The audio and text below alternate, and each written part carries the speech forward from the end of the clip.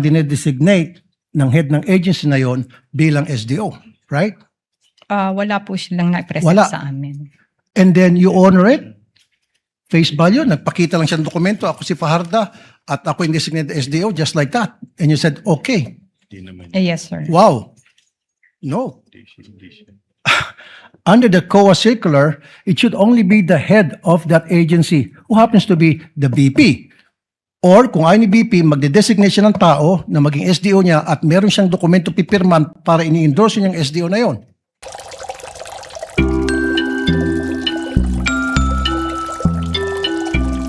Anong mga dokumentong sinamite sa Land Bank, DepEd Land Bank para magpapatunay na in fact talagang si Edward Fajarda ang designated SDO? Wala po. Wala. Wala po. Ano ibig sabihin wala? So, walang dokumentong isinumite na dinedesignate si Fajarda ng head ng agency na yan para sabihin ito ang SDO. Ito yung maging katransaksyon nyo? Wala? Wala. Laway lang? Nagpunta po dun si Mr. Fajarda na siya yung payee at nag-present po siya ng identification. Of course, pero dapat meron siyang dokumento pinipresent na siya ang dinedesignate ng head ng agency na yon bilang SDO. Right? Wala po silang na-present Wala. sa amin. And then you honor it? Face value, nagpakita lang siya ng dokumento, ako si Fajarda at ako yung designated SDO, just like that. And you said, okay. Yes, sir. Wow. No. Under the COA circular, it should only be the head of that agency who happens to be the BP. Or kung ayaw ni BP, magde-designate siya ng tao na maging SDO niya at meron siyang dokumento pipirman para ini-endorse niyang SDO na yon. Who happens to be Fajarda. And you said, wala. So sinabi ni Fajarda, hello, ako si Fajarda, akong designated na SDO ng DepEd, and agad-agad pininiwalaan niyo. During the first encashment, na-mention po ni Ma'am Sonia na mag-e-encash si Mr. Fajarda, pero parang hindi naman niya na-mention na SDO. No, ma'am. Ang ibig sabihin, dapat someone should have endorsed Fajarda as the SDO for the DepEd. Sabi mo, wala. So pumunta lang si Fajarda doon, presenta yung sarili niya, sinabi niya akong SDO ng DepEd, and then sabi niya, okay, sige. Yes. So hindi kayo sumunod doon sa patakaran ng COA circular? Wala pong na-present sa amin, sir. Wala. Okay, so paano niyo malaman kung si Fajarda talagang authorized na mag-withdraw o makipag-transact ng limpak-limpak na salapi sa Land Bank DepEd? As payee of the check, in-honor na po namin yun. As pay of the check. So sino ang tumatawag sa inyo para sabihin na si Fajarda pupunta dyan at mag-withdraw ng such and such amount of money day before or 2 days before? Si Miss Sonia De Leon po. Sino po si Sonia De Leon? Siya po ang head ng cash division ng DepEd.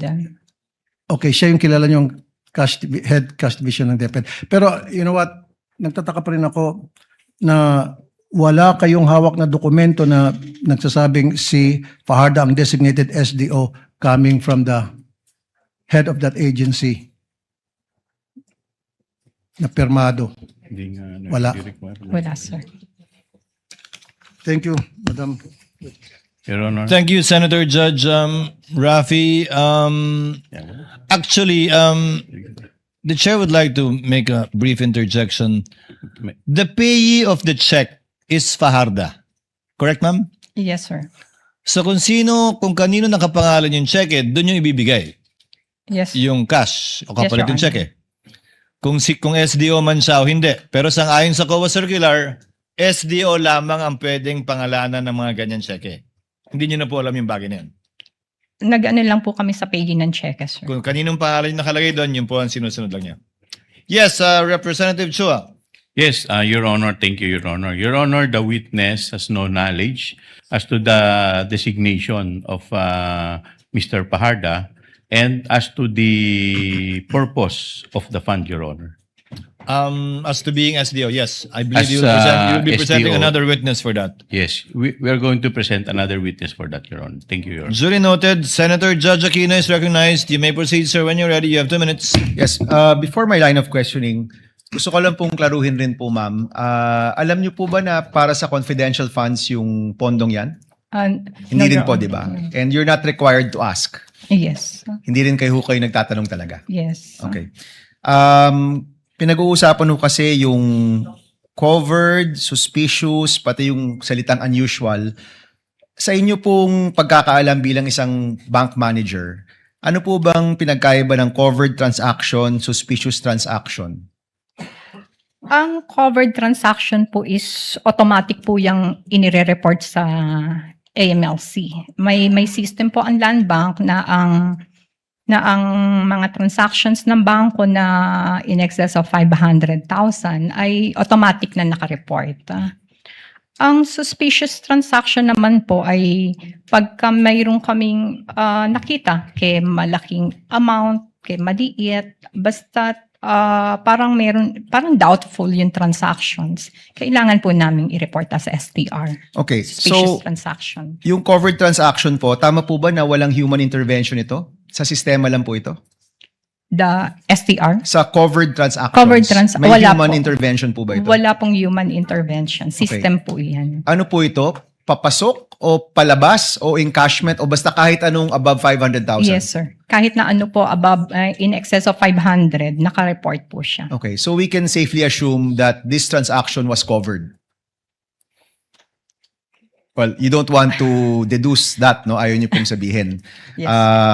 Yung suspicious, sino po ang nagde-determine na suspicious ang isang transaction? Who determines that? Sa amin po, sa branch, pagka po may napansin kami, ako po ang nagre-report niyan din. Kayo po, wala hong ibang pwedeng mag-report or ang branch manager lang po yung pwedeng mag-report? Ako kasi yung nagre-report, ako yung nagsasign ng report. Okay. So, ito po, tinanong ko rin po ito kanina dun sa manager ng Land Bank, pero nais ko lang po marinig rin po sa inyo. Nagkaroon po ba ng suspicious reporting ng transaksyong ito sa AMLA?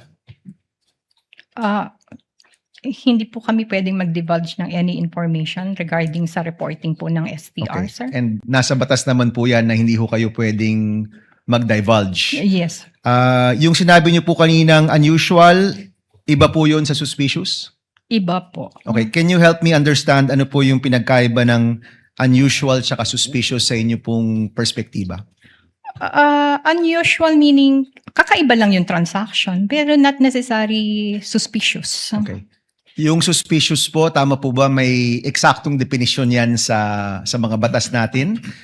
Yung unusual po ay inyo lang pong pakiwari? Yes, sir. Okay. And kayo po bilang branch manager, ayaw niyo pong sabihin kung nireport niyo po ito, pero sa inyo pong karanasan, lahat pong na nakikita niyong hindi pangkaraniwan, nire-report niyo po ba sa AMLA? Not particularly this case, but in general?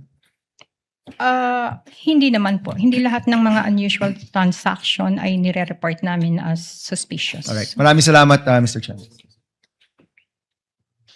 Senator Judge Ejercito is recognized for his interjections. You may proceed, sir. When you're ready, you have 2 minutes. Yes, thank you, Mr. Presiding Judge. Just a clarification.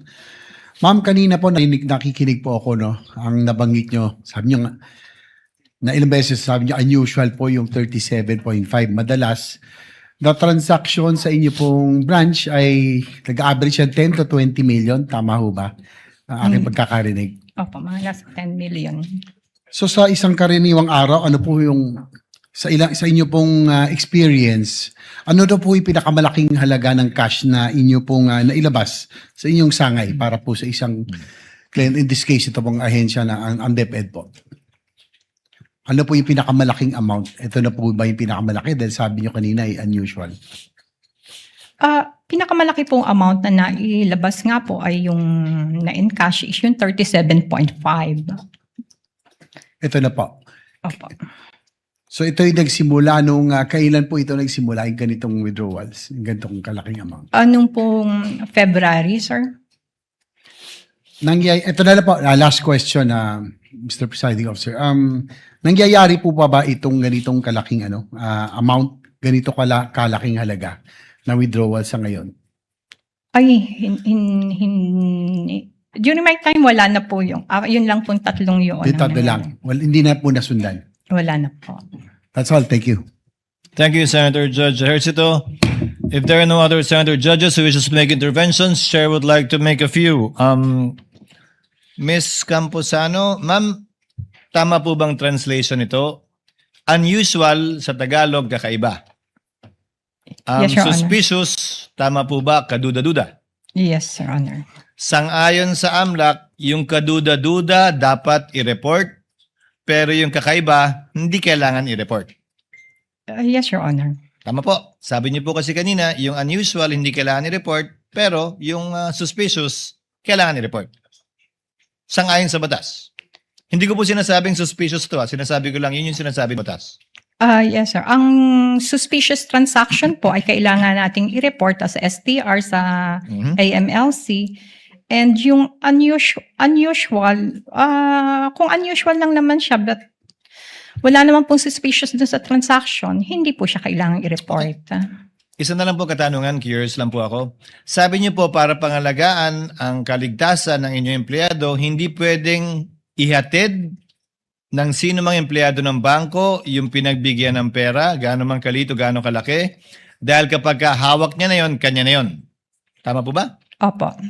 Ibig sabihin po ba nun, pag na-withdraw na yung pera at hawak na ng depositor yung pera, pag may nang hold up ng bangko, matapos niyang mahawakan yung pera, siya na ho yung mawawalan, di na kayo. Ganun po ba yan? Hindi. Sa praktikalang usapan. Gayun din, paglabas niya ng bangko nyo, na hold up siya doon, hawak niya na eh. Wala na kayong pakialam, di ba?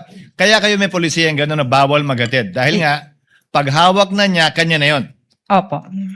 Kanya na yon, pananagutan niya na yon, wala na kayong pakialam. Ano man ang mangyari doon? Yes, Your Honor. Mawala man yon, nakawin man yon, hold upin man yon, labas na kayo doon. Yes, Your Honor. That would be all, Ms. Camposano. Are there any other interjections or interventions by any of the Senator judges? One quick question. The Senate President is recognized. One quick question, Mr. Presiding Officer. Ms. Camposano, nasabi niyo kanina unusual. Pero may nasabi rin kayo kanina in your past experience na may government organization na naglabas ng pera ganang kalaki rin. Bakit unusual po sa DepEd pero hindi unusual dun sa government organization na yun? Usually kasi yung mga ibang agencies po para normal na from na naglalabas sila ng ganoon. Ito pong kasi sa DepEd kaya ko po nasabing unusual is ito lang pong tatlong to ang nangyari. So in other words, doon sa ibang government agencies, madalas sila ganito kalaking amount ang lumalabas. Regular yun. Opo. Sa DepEd, hindi regular. Yes, Your Honor. Thank you, Mr. President. Senator Judge Lacson is recognized for his intervention. You may proceed, sir, when you're ready. Thank you, Mr. Presiding Officer. Further clarification lang. Binabasa ko po yung Anti-Money Laundering Act. Wala naman pong kaduda-duda nun eh. Either covered or suspicious. Pag covered, may threshold. Maski hindi suspicious, kailangan report kung above the threshold amount, which is 500. Wala po sa batas yung kaduda-duda eh. Either it's suspicious or covered Yes. transaction. Ang ano kasi yon, sir, pagka ang covered transaction, automatic pong naka-report siya Yes. as covered transaction Above the threshold. in excess of 500,000. Sa suspicious transaction po, parang nagkaroon po tayo ng doubt, di ba? And then inimbestigahan po natin at yung pong sa investigasyon natin ay hindi siya pumasa.